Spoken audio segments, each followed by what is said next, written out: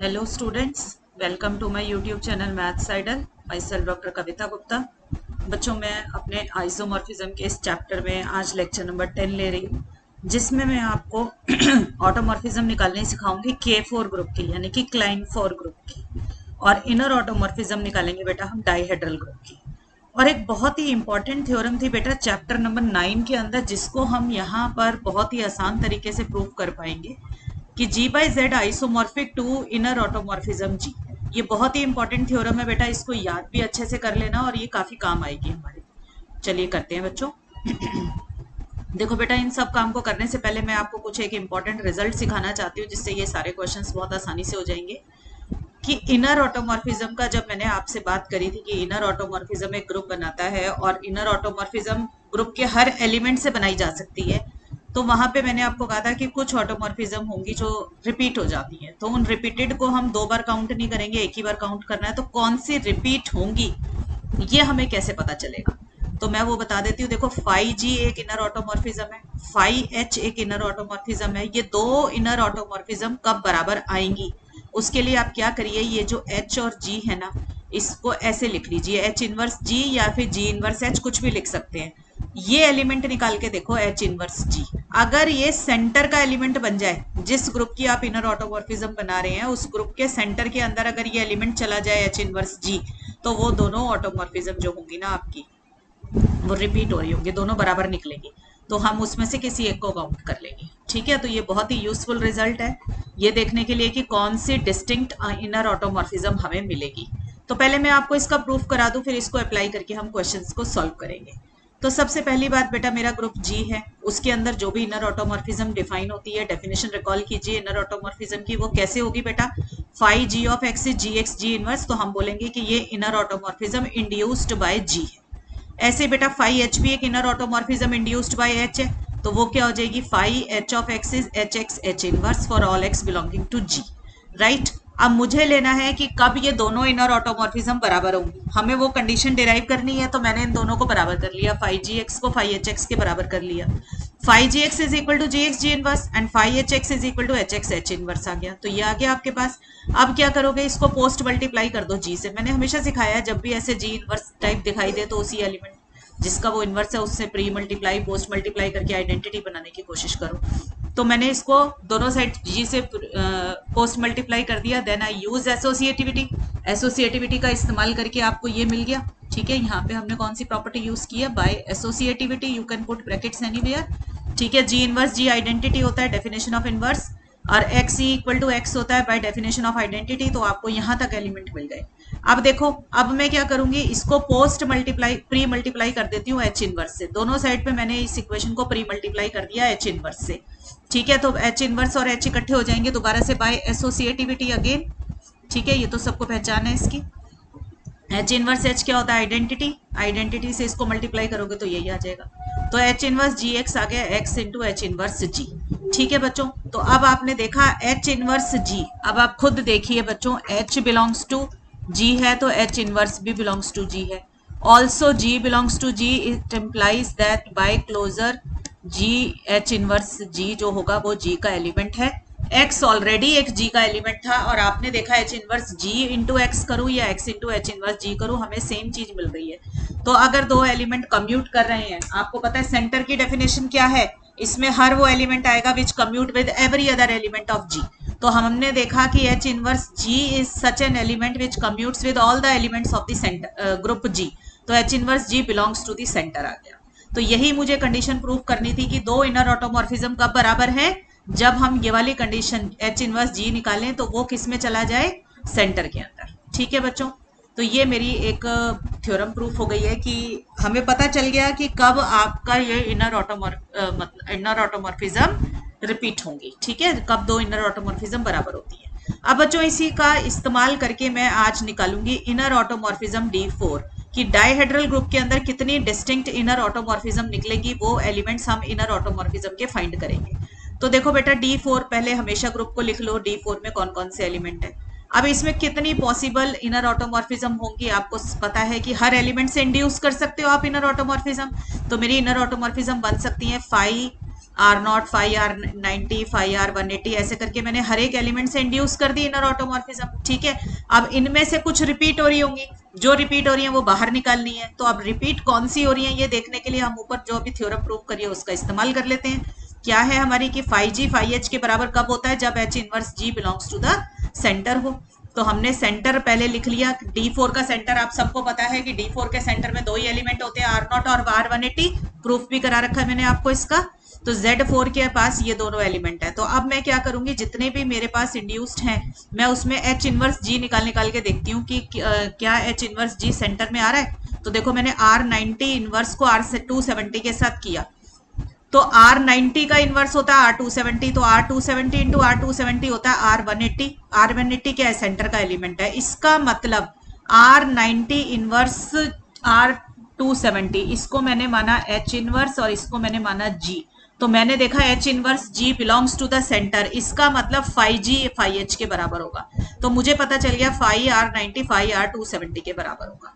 ऐसे बेटा देखो H इनवर्स भी देखा, H क्या है, रिफ्लेक्शन है। रिफ्लेक्शन सेल्फ इन्वर्टिबल होती है, आपको पता है डायहेड्रल ग्रुप में, तो H इनवर्स H आ गया। तो H भी क्या होता है, R180 होता है। तो R180 फिर से सेंटर का एलिमेंट आ गया। ठीक है, तो मुझे पता चला कि फाई H फाई V के बराबर है। तो देखो दो का तो मेरे को पता ही चल गया। ठीक है, ऐसे ही डायगनल की देखो D इनवर्स D डैश निकालोगे तो वो भी मेरा R180 आ जाता है, तो वो भी सेंटर का एलिमेंट है। तो फाई D और फाई D डैश भी बराबर हो गए आपके। ठीक है, अब ऐसे ही आर नॉट इनवर्स R180 करोगे तो बेटा आर नॉट तो आइडेंटिटी, आइडेंटिटी का इनवर्स आइडेंटिटी होता है, तो आर नॉट ही आ गया। आर नॉट को R180 से करोगे तो R180 आ जाएगा, जो कि सेंटर का एलिमेंट है। तो मुझे पता चला कि फाई आर नॉट भी फाई R180 के बराबर है। ठीक है बच्चों, तो इससे मुझे पता चल गया कि आइडेंटिटी ऑटोमॉर्फिज्म अच्छा, ये भी आपको पता होना चाहिए कि आइडेंटिटी ऑटोमॉर्फिज्म तो जरूर होनी चाहिए, क्योंकि इनर ऑटोमॉर्फिज्म जी जो है ग्रुप बनाता है। अगर वो ग्रुप है तो उसके पास आइडेंटिटी ऑटोमॉर्फिज्म जरूर होगी। ठीक है, तो अब मेरे पास डिस्टिंक्ट एलिमेंट क्या आ गए, देखो फाई आर नॉट तो मुझे डालना ही पड़ेगा इसके अंदर, क्योंकि ये तो आइडेंटिटी वाला था। और ऊपर देखा भी आपने phi are not phi R180 के बराबर है, तो हम R180 को ड्रॉप कर देंगे, फाई आर नॉट को रख लेंगे। ठीक है, अब फाई H फाई V के बराबर आया था तो मैंने फाई H रख लिया, V को ड्रॉप कर दिया। किसी बच्चे ने फाई V रख लिया तो वो भी ठीक है। फाई D डैश के बराबर आया था, मैंने फाई D रख लिया, D डैश को छोड़ दिया। फाई R90 फाई R270 के बराबर आया था, मैंने फाई R90 को रख लिया और फाई R270 को छोड़ दिया। चार एलिमेंट ये हो गए, और ये चारों जिसके साथ बराबर थे उनको मैंने छोड़ दिया। तो मेरे पास कितने एलिमेंट आ गए इनर ऑटोमॉर्फिज्म D4 में, चार एलिमेंट आ गए निकलकर। ठीक है, सो inner automorphism D4 is a group of order 4। ठीक है बच्चों, चलिए अब ये बहुत ही इंपॉर्टेंट थ्योरम है बेटा, ये है तो चैप्टर नंबर 9 की थ्योरम नंबर 9.4, बट वो यहाँ पर बहुत आसानी से प्रूफ हो जाती है, तो इसलिए इसका प्रूफ हम यही कराते हैं। और इसको सब बच्चे अच्छे से याद भी करेंगे कि किसी ग्रुप को सेंटर के साथ कोशेंट ग्रुप बना दिया जाए। नॉर्मल सब ग्रुप का चैप्टर सबने पढ़ा हुआ है। कोशेंट ग्रुप बनाना है, कोशेंट ग्रुप या फैक्टर ग्रुप बनाना है, तो आपको पता है कि नीचे नॉर्मल सब ग्रुप होना चाहिए। सबको पता है कि center is a normal subgroup of G, तो मैंने उससे एक फैक्टर ग्रुप डिफाइन किया, G by center G is isomorphic to inner automorphism G। तो कभी भी आपको इनर ऑटोमॉर्फिज्म कितनी निकलेंगी ये देखना हो तो आप क्या कर सकते हो, उसका फैक्टर ग्रुप बना सकते हो। ठीक है, G बाय Z बना लो। ठीक है, अब order of G by Z कितना होगा, order G by order Z। तो इससे आपको ये भी पता चल जाएगा कि इनर ऑटोमॉर्फिज्म में कितने एलिमेंट आएंगे। ठीक है, और दूसरा आइसोमॉर्फिज्म है तो काफी हद तक अलजेब्राइक स्ट्रक्चर उनका सेम होगा। तो इसको प्रूफ करना है बेटा, ये आइसोमॉर्फिज्म का साइन है।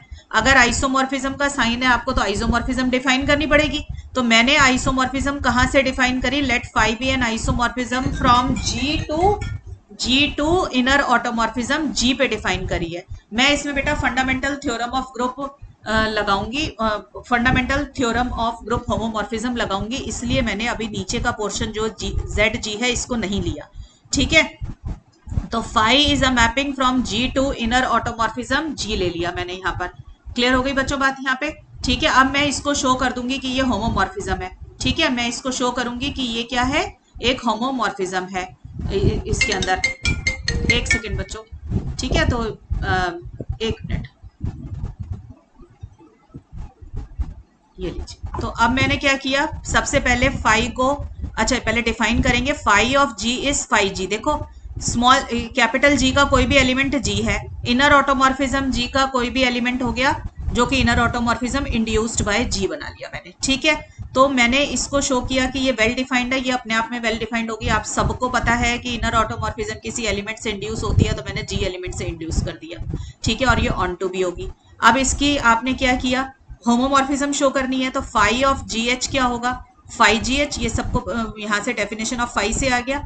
और आप सबको पता है, मैंने ये बहुत बारी क्लोजर करा रखा है, फाई जी एच होता है phi G into phi H. अब फाई जी हो जाएगा phi of G and phi H हो जाएगा फाई ऑफ एच। इससे पता चला फाई होमोमॉर्फिज्म है। तो फंडामेंटल थ्योरम क्या है बेटा हमारी ग्रुप होमोमॉर्फिज्म की, G by kernel phi is isomorphic to inner automorphism G. देखो हमारी फंडामेंटल थ्योरम है ग्रुप होमोमॉर्फिज्म की कि अगर कोई होमोमॉर्फिज्म एग्जिस्ट कर रही है तो domain divided by kernel of the homomorphism is isomorphic to codomain, ठीक है ना। तो G by phi is isomorphic to, जो भी ये अगर ऑन टू होगा तो यही वाला कोडोमेन वापस आ जाएगा।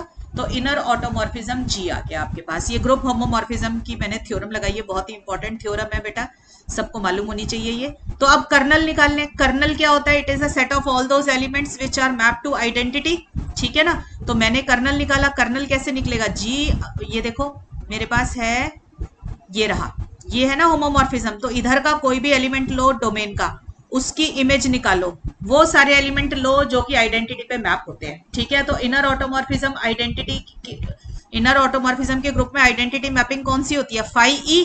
तो मुझे ऐसे एलिमेंट लेने हैं such that phi G equal to phi E, तो मैंने phi G equal to phi E ले लिया।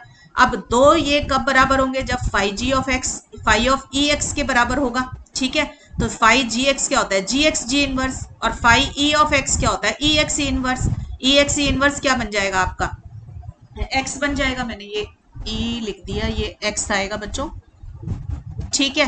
अब इसको इधर ले जाओगे जी इनवर्स को, तो क्या आ जाएगा, जी एक्स जी के बराबर आ जाएगा। अब ये दोनों एलिमेंट अगर कम्यूट कर रहे हैं तो ये किस में चला जाएगा, सेंटर में चला जाएगा, क्योंकि सेंटर के पास तो वो एलिमेंट है जो सारे एक दूसरे से कम्यूट करते हैं, ठीक है। तो मेरे पास क्या आ गया बेटा, जी बाय, ये मैंने शो कर दिया, कर्नल फाई जो मेरा निकला है, ये क्या निकल आया, सेंटर निकल के आ गया कर्नल फाई। तो यहां पर ये देखो, जहां मेरी पेंसिल है यहां कर्नल फाई को सेंटर डाल दो, तो G by centre is isomorphic to inner automorphism G आ जाएगा, ठीक है बच्चों। तो ये मैंने आपको थ्योरम प्रूफ करा दिया है, थ्योरम नंबर 9.4। इसका प्रूफ सब बच्चे बहुत अच्छे से लर्न करेंगे। मैं रिकॉल करा देती हूँ दोबारा से, आपने इसको याद रखिए कि इसको प्रूफ करने के लिए fundamental theorem of group homomorphism का इस्तेमाल किया है, ठीक है। तो ग्रुप होमोमॉर्फिज्म का इस्तेमाल करने में आपको पता है कि ये जो फैक्टर ग्रुप में जो डिनोमिनेटर होता है ये कर्नल फाई से आता है, ठीक है ना, कर्नल ऑफ द होमोमॉर्फिज्म से आता है। तो इसलिए इसको छोड़ो, सिर्फ ऊपर ऊपर के उसमें ऑटोमॉर्फिज्म सॉरी होमोमॉर्फिज्म डिफाइन करिए, उसको शो कीजिए वो होमोमॉर्फिज्म है, फिर कर्नल निकालिए और कर्नल की वैल्यू डाल दीजिए, आपकी थ्योरम प्रूफ हो जाएगी। क्लियर है बच्चों, लिख लीजिए इसको, ठीक है। अब मैं इसी की हेल्प से आपको करवाती हूँ ऑटोमॉर्फिज्म K4। तो बच्चों ऑटोमॉर्फिज्म K4 ना वैसे आपकी बुक में तो नहीं है, गैलियन के अंदर, मतलब एक्सरसाइज में कहीं होगी, सिलेबस में नहीं थी, तो पर बहुत ही इंपॉर्टेंट होती है। तो जो बच्चे कंपटीशन एग्जाम्स के लिए प्रिपेयर कर रहे हैं वो जरूर करें ऑटोमॉर्फिज्म K4, ठीक है। तो K4 पहले तो मैं बता दूं कि क्या होता है, it is a Klein 4 group. Klein 4 group है, इसका 4 मतलब इसका ऑर्डर 4 है, ठीक है। तो इसका ऑर्डर 4 है, तो ये 4 क्या हो गया, 2 स्क्वायर, तो group of order P square बन गया, P where P is a prime, तो ये एबिलियन ग्रुप है, ठीक है। तो इसके एलिमेंट क्या होते हैं, ई ए बी, और इसके एलिमेंट्स पे कंडीशन क्या लगी हुई है कि हर एक एलिमेंट का ऑर्डर 2 है। देखो a square b square a b का होल स्क्वायर सब आइडेंटिटी आते हैं, तो each non identity element has order 2 in Klein 4 group, ठीक है।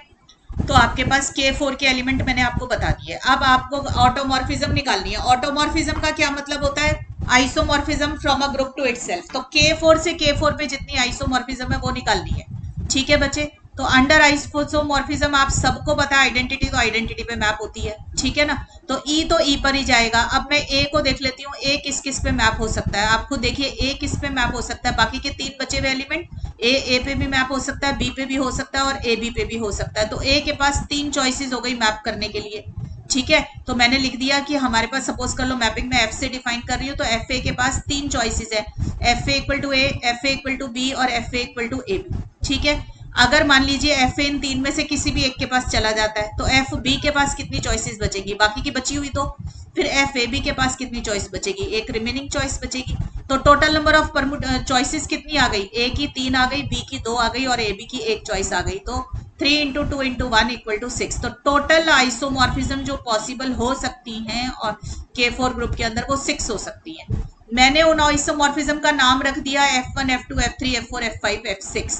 अब देखो मैं क्या कर रही हूँ, ये चार एलिमेंट थे ना E A B इन चारों से आइसोमॉर्फिज्म निकालो। देखो E को E पे ही मैप करना है क्योंकि identity is always map to the identity under isomorphism.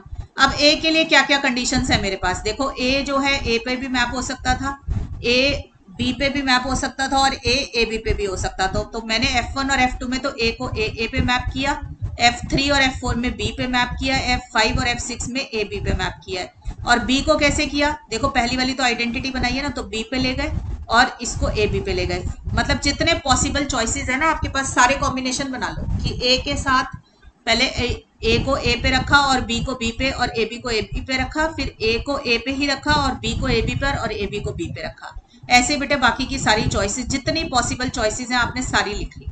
ठीक है, तो ये मैपिंग आ गई। तो मेरे पास कितनी आइसोमॉर्फिज्म आ गई, 6 आ गई। तो मैंने लिख दिया ऑटोमॉर्फिज्म K4 क्या हो गया आपके पास, 6 हो गया।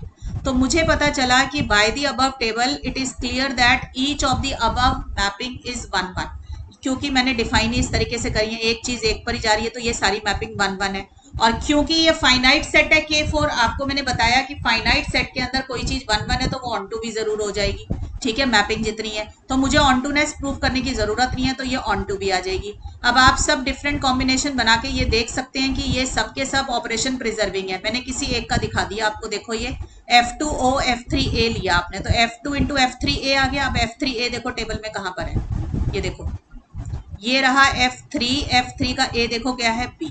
ठीक है, यहाँ पे जहां मेरी पेंसिल है, तो F3 की जगह पे आपने क्या डाल दिया बच्चों, यहाँ पर B डाल दिया। ठीक है, तो F3A की जगह पे मैंने B डाल दिया। अब F2 ऑफ B देखो कहां पर है, ये देखो F2 ऑफ B कहाँ, ये रहा F2 को B पे देखो कहां पर है, ये रहा AB। तो F2 ऑफ B क्या आ गया, AB आ गया। इसी तरीके से बेटा बाकी के कॉम्बिनेशंस भी आप निकाल सकते हो। मैंने F2O F3 निकाला, फिर F3O F2 निकाला, तो ये भी आपको दिखा दिया। तो आप ये सारे कॉम्बिनेशन निकाल कर देख सकते हैं कि ये सबके सब ऑपरेशन प्रिजर्विंग होंगे आपके पास।